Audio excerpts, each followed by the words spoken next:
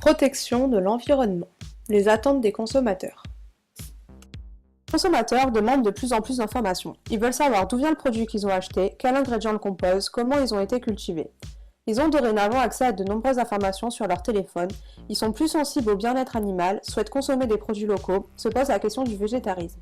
Mieux informés, ils attendent plus des entreprises de l'agroalimentaire et du monde agricole. Seuls 18% des citoyens se déclarent confiants vis-à-vis de l'avenir de la planète. Face à la détérioration de l'environnement et de la planète, 77% ont pris conscience de la nécessité de modifier de façon importante leur mode de vie. 98% des Français seraient prêts à renoncer aux plats préparés afin de diminuer leur impact sur l'environnement. Néanmoins, 74% d'entre eux refusent d'abandonner leur lave-linge, d'après un sondage de 1000 personnes représentatives de la population française âgée de 18 ans et plus. De plus, les sciences de gestion et le marketing en particulier s'intéressent depuis une trentaine d'années à la protection de l'environnement. Plus spécifiquement, les travaux sur la relation entre la consommation et l'environnement débutent dans les années 70 avec l'élaboration de la préoccupation pour l'environnement et des caractéristiques déterminantes de l'individu préoccupé pour l'environnement. En parallèle, un second courant de recherche propose le couronnement d'une société de conservation où l'on pourrait maintenir, voire améliorer son niveau de vie tout en consommant moins ou différemment et appeler à un changement d'organisation sociale et surtout d'attitude à l'égard de l'acte de consommer. L'appel à une consommation durable renaît cependant au sein du courant de recherche macro-marketing. Cette communication vise à présenter les apports de ce courant de recherche à la compréhension de la préoccupation pour l'environnement et des comportements écologiques. Mais encore, cette protection de l'environnement devient un enjeu majeur au cours de ces dernières décennies. Elle occupe aujourd'hui une place importante dans les débats publics, que ce soit au travers des sommets internationaux comme celui de Rio ou de débats publics nationaux. Dans le même temps, la sensibilité des Français aux problèmes environnementaux s'est accrue de façon continue depuis le début des années 90. Les résultats d'une enquête d'opinion réalisée par le Crédoc en 2011 montrent que près de 9 personnes sur 10 sont sensibles aux enjeux environnementaux, et ce, quels que soient les groupes sociaux étudiés et les années d'observation disponibles. En 2011, 53% des Français déclaraient même être très sensibles à l'environnement, contre un peu plus du tiers en 1995.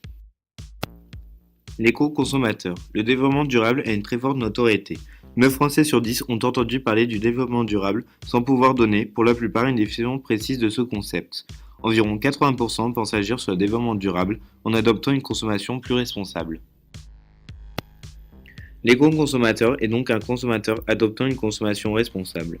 Il intègre dans son processus d'achat, en plus du prix et de la qualité, des contraintes de développement durable. Pour bien choisir le produit, le consommateur doit être informé sur les conditions de conception, de production et de distribution du produit. Il demande aux entreprises de s'engager dans un marketing durable et de leur proposer des produits plus verts, une communication plus transparente et des modes de production plus propres et équitables. L'éco-consommateur souhaite une production des produits utilisant moins de ressources naturelles et d'énergie, une production des produits émettant moins de pollution, réduire l'impact écologique du transport des marchandises, la gestion des déchets et des produits durant plus longtemps. Ce consommateur favorisera ainsi les produits fabriqués localement, les produits issus de l'agriculture biologique, les produits sans emballage ou avec emballage recyclé et recyclable, les entreprises engagées dans le durable, les produits issus du commerce équitable. Malheureusement, il existe des freins à l'éco-consommation. 40% des consommateurs se déclarent vouloir adopter une consommation responsable, 13% passent véritablement à l'acte. Les facteurs explicatifs de cet écart. Difficulté de repérer le produit est déjà accepté, peu de choix, manque de clarté et de transparence des produits, manque de motivation. Enfin, les enfants sont devenus des vecteurs de sensibilisation des parents grâce à la profusion de sites web et de livres pour enfants sur l'écologie. Pour conclure, de nombreuses associations sont mises en place pour aider le consommateur à protéger l'environnement. Malheureusement, il ne peut se préoccuper de l'avenir de la planète sans l'aide des entreprises. Exemple.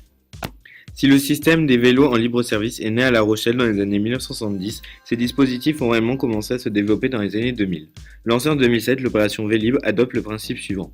Pour 1 € par jour, un usager peut retirer l'une des 16 000 bicyclettes du réseau dans 1200 stations différentes. Arrivé à destination, il suffit de trouver une autre station et le déposer. Autre avantage, la totale liberté de laisser le vélo où bon vous semble et continuer à pied, puis reprendre un vélo plus loin. Grâce à ce nouveau système, les consommateurs développent leur goût pour la protection de l'environnement. created using Powtoon.